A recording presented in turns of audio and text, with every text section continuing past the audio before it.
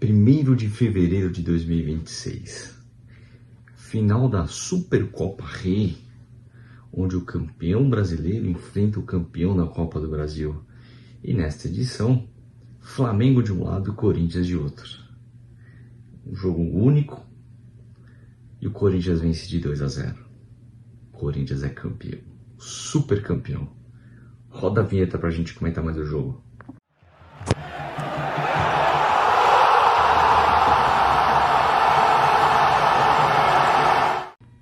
Bom, vamos comentar como que o Corinthians chegava para essa final, né? O Corinthians que encerrou a temporada de 2025 no dia 21 de dezembro, vale lembrar, foi um dos times que mais jogaram 2025, depois 2026 é o ano que tem Copa do Mundo, um calendário totalmente maluco, começa um pouco antes. Usou um pouco do elenco que tinha para algumas rodadas do Paulista, mas era notório que toda a preparação do começo do ano era em torno desse jogo, tá? Eu acho que o maior sinal era o Memphis, né? Memphis que foi, entre aspas, poupado ou preparado para essa final de jogo único.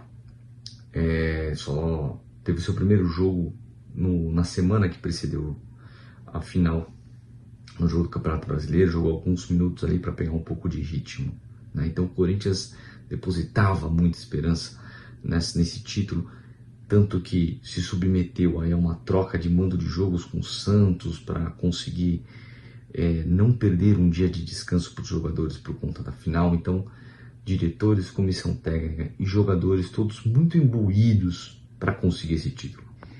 E é engraçado que momentos antes do jogo recebi uma notícia ali no WhatsApp dizendo, tem uma notícia de virose com vários jogadores, né?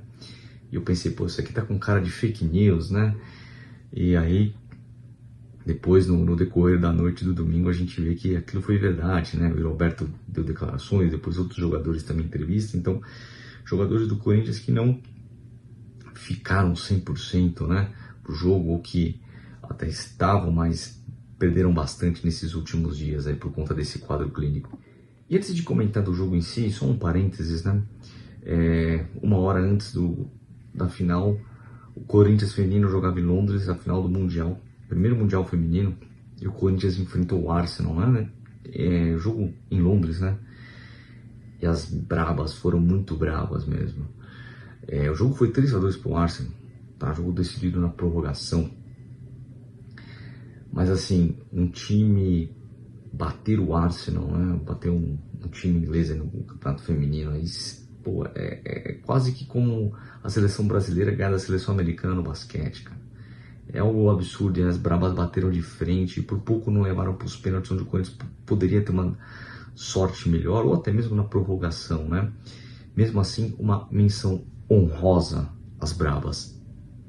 E pegando o gancho do que aconteceu em Londres, parabéns à torcida que compareceu a Londres, que deu show, até por Popó ensinou lá alguns garotos ingleses, né?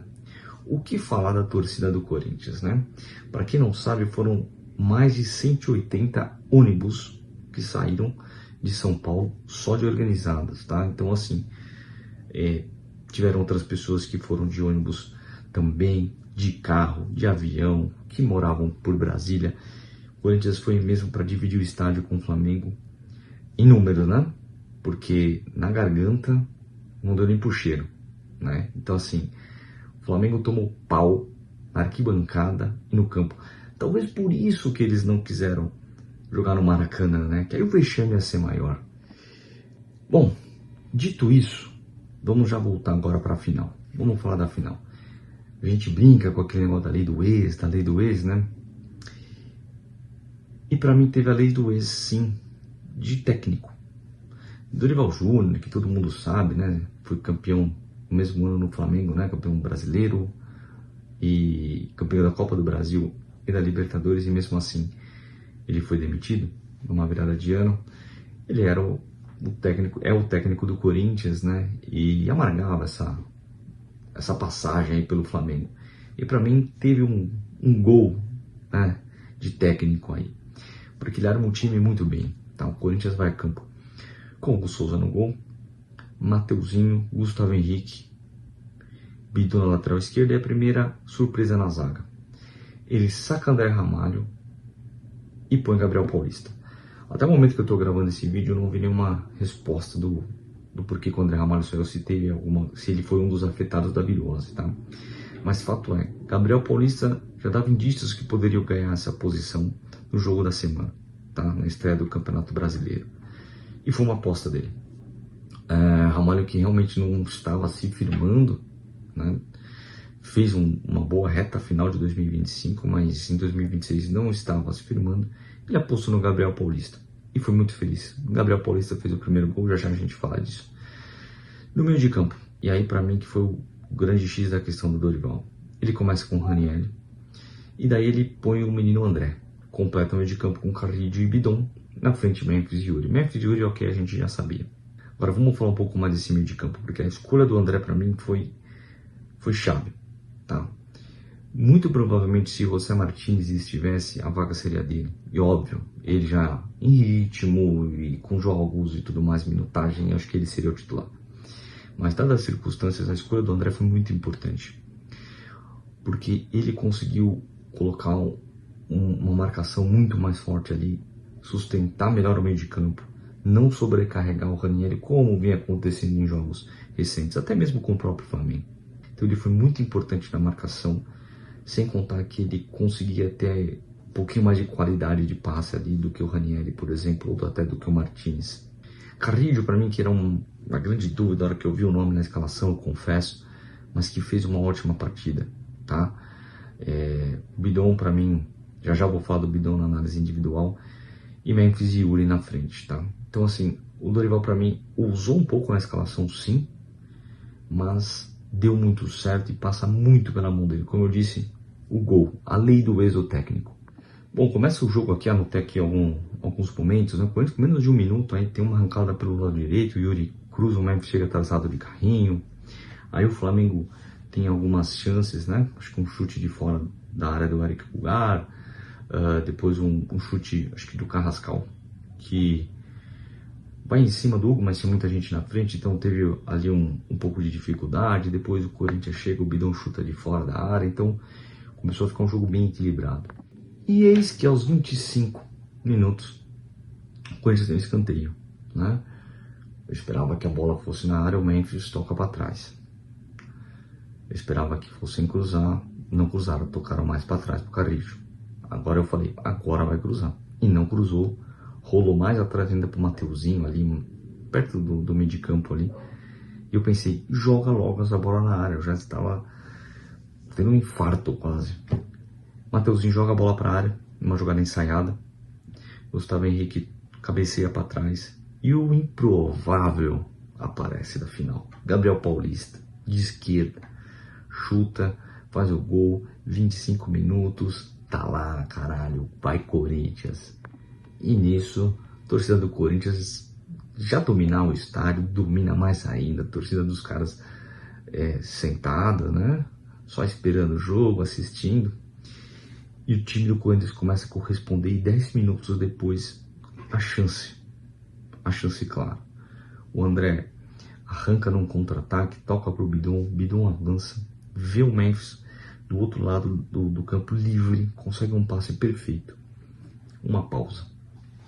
Um lance igualzinho que nós cornetamos o Yuri Alberto no jogo contra o Santos. Que o Yuri Alberto tô pra fora. Agora vem no pé do Memphis, você fala, vai fazer o gol. Ele chutou mal, na minha opinião. Chutou em cima do Rossi. Era um passe 2-0 ali. E na boa, já ia liquidar. Com isso, encerrou o primeiro tempo. E ali uma confusão, o Bidon caído. Enfim, não aconteceu nada. Voltamos para o segundo tempo.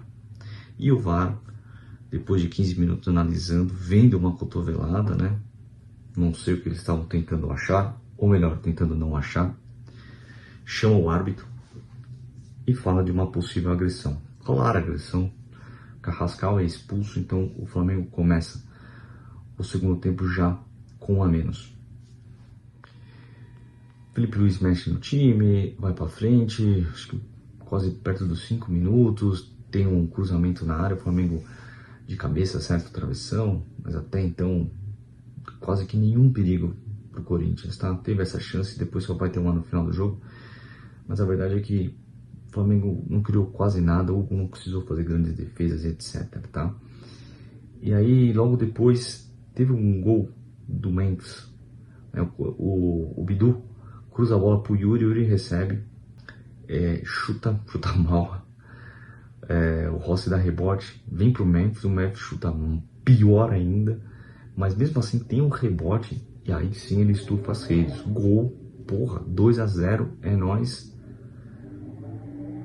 Só que anulou o gol. Por quê? Eis a dúvida. Que coisa, o VAR não estava funcionando justo nesse lance? Bom, o Corinthians ainda tem uma chance.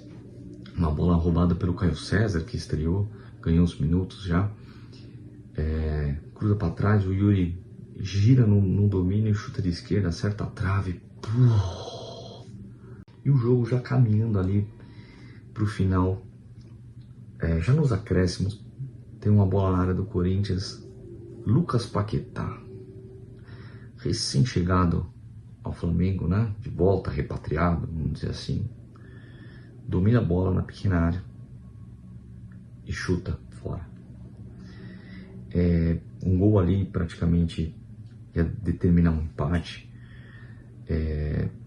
Só que aí que tá, né? Um jogador de mais de 40 milhões de euros perdeu um gol daquele, hein? E Paquetá, é um problema do Flamengo.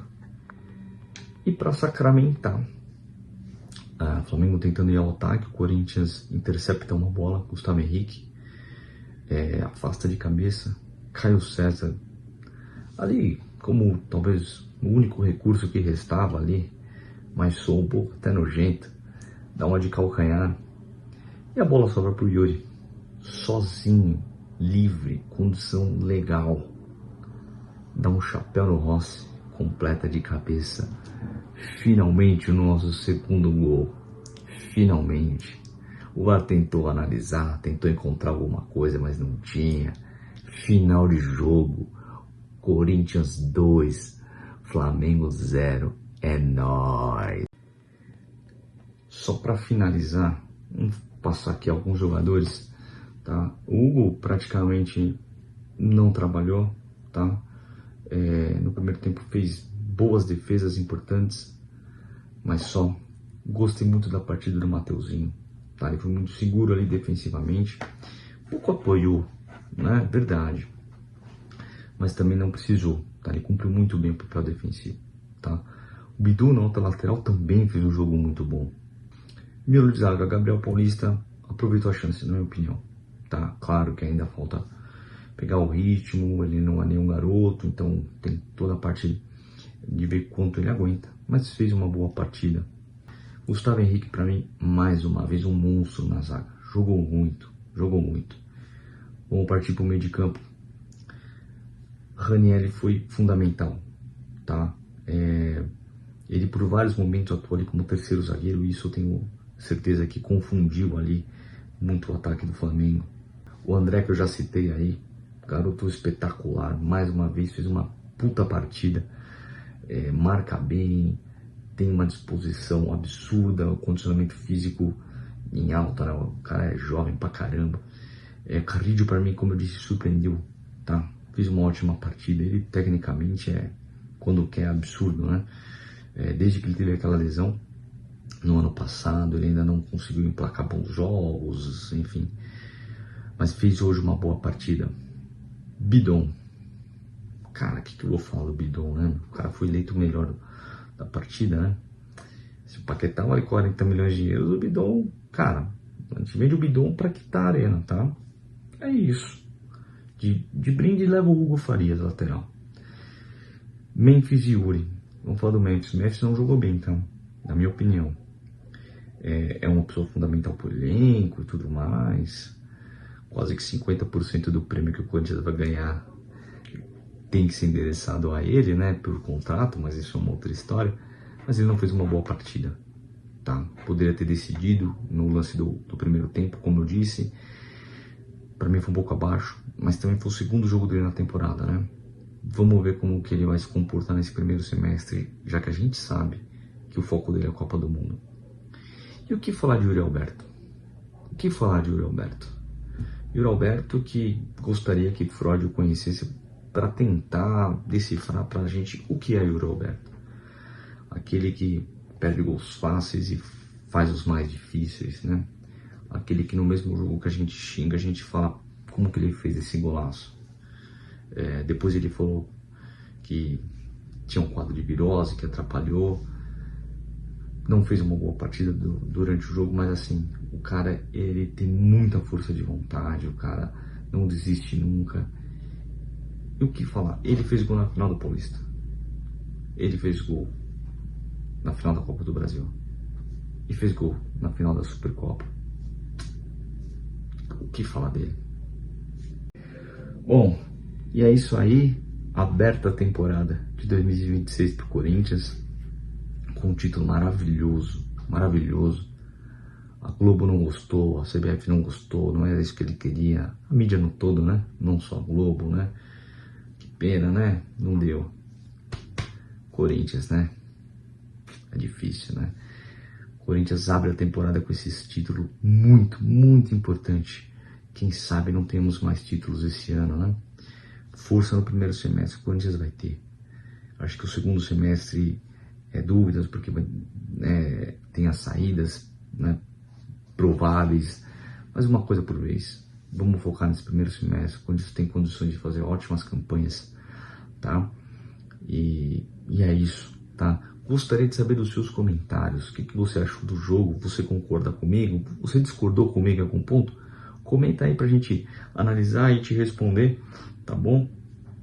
Mas o mais importante, o Corinthians é o super campeão 2026. É isso aí. Um grande abraço. Vai, Corinthians.